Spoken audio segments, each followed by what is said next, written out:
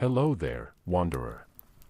Tonight, I want you to shut your eyes and picture a world ahead of our own, not recently in years, but centuries ago in remembrance. When the stars weren't just far-off lights, but alive. Breathing, beating, whispering secrets on the dark ocean of the skies. This was prior to the maps. Prior to the compasses or kingdoms or written prayers. When the earth was quiet enough that you could still hear the sky hum. And somewhere, on some forgotten plain, hemmed in by mountains like sleeping giants, a tiny civilization gazed up one evening and concluded that the stars were food. No one remembers their name. The few surviving fragments refer to them as the Lumrians, or occasionally the Sky Eaters. But it doesn't much matter. What does matter is that they existed, that they constructed, and that they believed something so bizarre, so gorgeous, that even today their tale seems like a fantasy. It starts with hunger. Not the stomach's hunger, but the one which seeps into the bones of a civilization, the hunger for meaning. For ages, the Lumrians dwelled under an endless expanse of stars. No clouds, no tempests. Only dark sky and silver powder. Their nights were longer than their days. Their crops were frail. And their fires, despite burning many of them, could never drive away the interminable blackness. Their priests started whispering that the stars were gods. Their hunters told that they were eyes gazing from the heavens. But the oldest of them, the stargazers, thought otherwise. They said the stars were alive. That each one held warmth, energy, life itself. And one day, when the sky permitted, mankind would claim it. The first taking occurred on a night of silence, a silence so thick it lay upon the chest like heavy water. The people had convened on the high cliffs overlooking their village. The world slept below them. And above, a single star quivered, low and golden, as though it was going to fall. They didn't know why, but all people sensed it. The star wasn't dying. It was falling. They stood in wonder as it blazed across the sky, shattering into streams of light. It reached land. It didn't crash. It merely sank, vanishing over the mountain range to the east. By morning, the priests organized an expedition to discover where it had come ashore. They walked up for 3 days. Through icy gust, through woods that spoke in tongues older than words. Until finally, they came to the spot where earth burned. The crater was not fire and destruction as they had imagined. It was light, soft, consistent, beating like a heart beneath the ground. At its core was something that they would never be able to erase. A glassy, smooth stone, not warm, not cold, but emanating a warmth that seeped into their bones. When the high priest placed his hand against it, the veins in his hands glowed pale gold. He did not scream. He did not collapse. He merely smiled, as if he had beheld something no human should. They brought the piece of it back to their village, constructed a shrine around it, and for the first time in centuries, the night grew warm. What ensued became their foundation myth. The plants grew quicker. The air was sweeter smelling. The children ceased coughing. They thought the star had nourished them, that somehow, its light penetrated into their blood, bestowing blessings upon them. And in thanks, they named it the gift of the first sky. Centuries went by. The shrine was converted into a temple.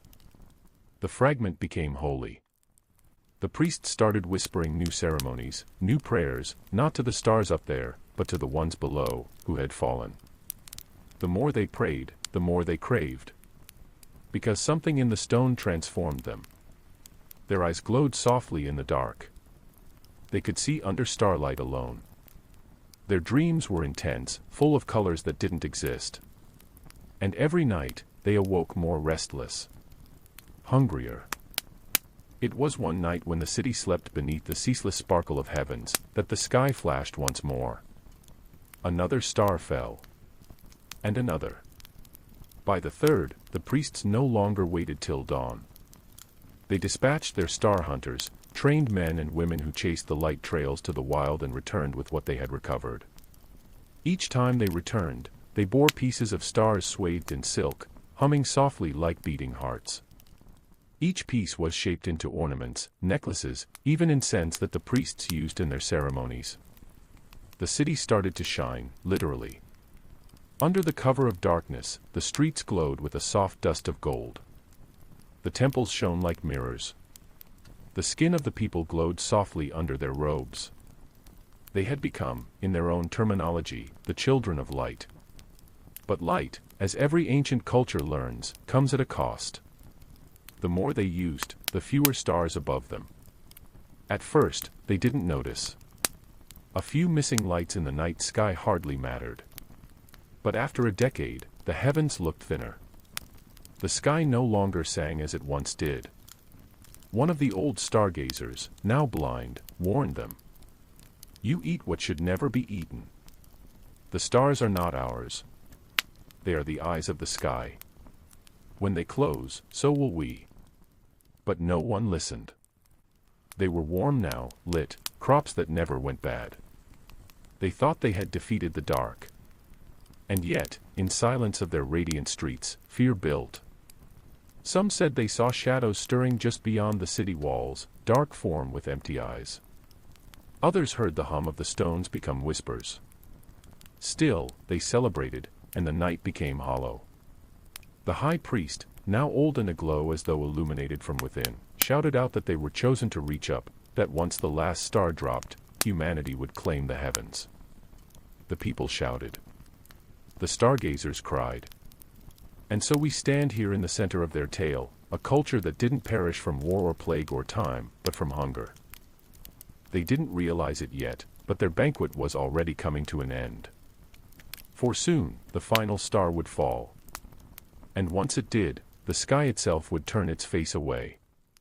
Slow pause, for breath, for relaxation, and to be drawn further into the tale. Tonight, as you sleep, imagine that sky, so vast and black, whispering down upon a world that felt it could consume light indefinitely.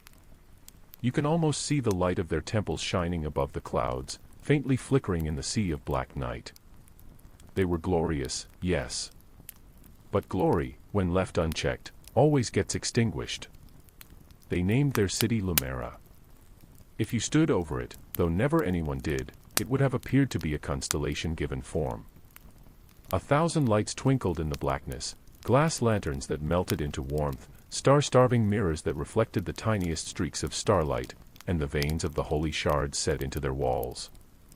Lumera was constructed not with stone, but with light. Each home had a shard of broken sky in the center, a heartbeat that throbbed weakly, but enough to resist the chill. There was the scent of smoke and honey, of gentle breeze passing through woven silk drapes that moved like water. Their city never slept. Why would it? They no longer feared darkness. The inhabitants of Lumera felt that the night itself had selected them, that they were the lone civilization able to tap into the power of the heavens. Their celebrations went on for weeks. Drums were heard in marble courtyards, dancers coated with golden dust danced in a circle, tracing star orbits. When they sang, their harmonies rose and fell, flowing through the sky like ripples, so gentle that even the wind paused to hear them. At the center of it all was the temple of the first light, an immense white stone pyramid radiating softly even in the shade. Within, the priests stored the largest piece, the one that had crashed centuries ago and blessed their nation. They referred to it as Astrian. It wasn't a rock anymore, not really. It glowed, faintly alive, as if something breathed just under its surface. The priests claimed that it was the essence of a star, that by nourishing it, they nourished their destiny.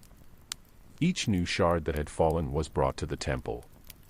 The hunters, now revered as the eaters of the sky, were hailed as heroes. They rode weeks into the mountains, with silver nets and obsidian knives, back with shining shards wrapped in silk weavings. Each shard was set before Astrian. And each time, the great stone became a bit brighter. At night, when the masses assembled to pray, their shadows disappeared. Light permeated the air like fog.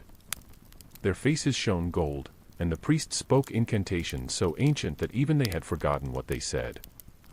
They thought the more stars they ate, the more immortal they became. But immortality never comes cheap. The first transformation occurred softly, hardly remarked upon. Kids started being born with odd eyes, silver pupils that glimmered like water. Some called it a blessing. Others muttered it was an omen. And then, the silent season. No stars fell for an entire year. The sky bated its breath. The priests panicked. They said that the heavens were trying their faith. Rituals became longer, more austere. The people were instructed to fast, to sleep outdoors, to return their light to the gods. Fires blazed in every courtyard. The nights rang with prayers. And yet still no stars fell. Until one night, when the sky ripped open. It started with a sound, a hum that intensified to become a song. Humans sprinted for the streets as light cascaded down like rain. It wasn't one star this time. It was a shower of them. It was dozens of pieces. They blazed across the sky, falling in all directions. The world trembled, and the horizon glowed softly gold for days afterward. When the hunters came home, they carried something other. These new shreds were bigger, cleaner, more radiant than anything previously visible. And when the priests handled them, their eyes blazed with light. Some reported visions. Others spoke words they didn't use. The people termed it a miracle. The priests referred to it as the second gift. Limera flourished better than ever. They constructed towers that reached up to the clouds, marble-paved streets that glimmered weakly like moonlight. Their water pipes radiated liquid light, an illusion, due to shards lying concealed beneath. Foreign travelers talked of it in wonder. They said the city never cast a shadow. At night, even from the mountains, you could see it glow, soft gold aura lying against the dark sky. But with every year that passed, fewer stars populated that sky. The blackness above appeared darker, hollower, as though something had started to disappear. Not everyone was unaware. There was one man, not a priest, a scholar, called Narration. He charted the movements of the heavens, marking when and where each piece came down. Miles of his scrolls were covered in the diligent handwriting of a man attempting to recall the unrecallable. And one evening, as he followed the trajectories of falling light, he knew something terrible. Each time a piece fell, a constellation was extinguished. Each star devoured by the city's ceremonies never reappeared in the sky. He brought his discoveries to the high priest. But the priest merely smiled. "You see, Narration," he murmured, "that is evidence of our divinity. The heavens are emptying because they are giving themselves to us. The gods do not forsake their children, they become one with them." Narration departed from the temple in silence. That evening, he destroyed his maps. The city brightened. The eyes of the people glittered like mirrors. And even though the priests proclaimed this the age of ascension, there were rumors. The nights had become too still. Birds no longer trilled after nightfall. Wind no longer bore its gentle hum. The stars in the sky no longer twinkled. They were merely vanished. But still, the Lumrians continued to build.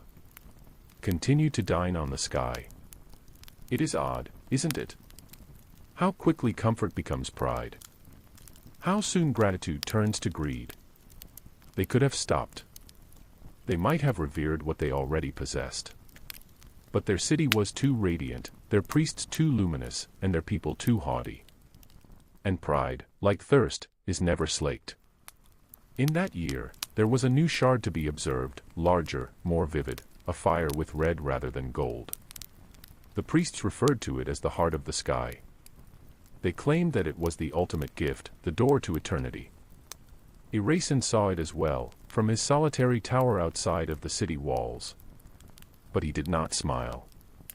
He glanced up and breathed, "That is not a present, that is a warning." And for the very first time in centuries, one cloud drifted across Limera, hiding the moon. As you glide further into the evening, envision that city, radiant, heavenly, completely assured it had overcome the heavens. Its towers shooting up, its inhabitants shining softly like tapers. They didn't yet understand. But soon, the heavens would cease to give. And when they did, the light they revered would become their enemy.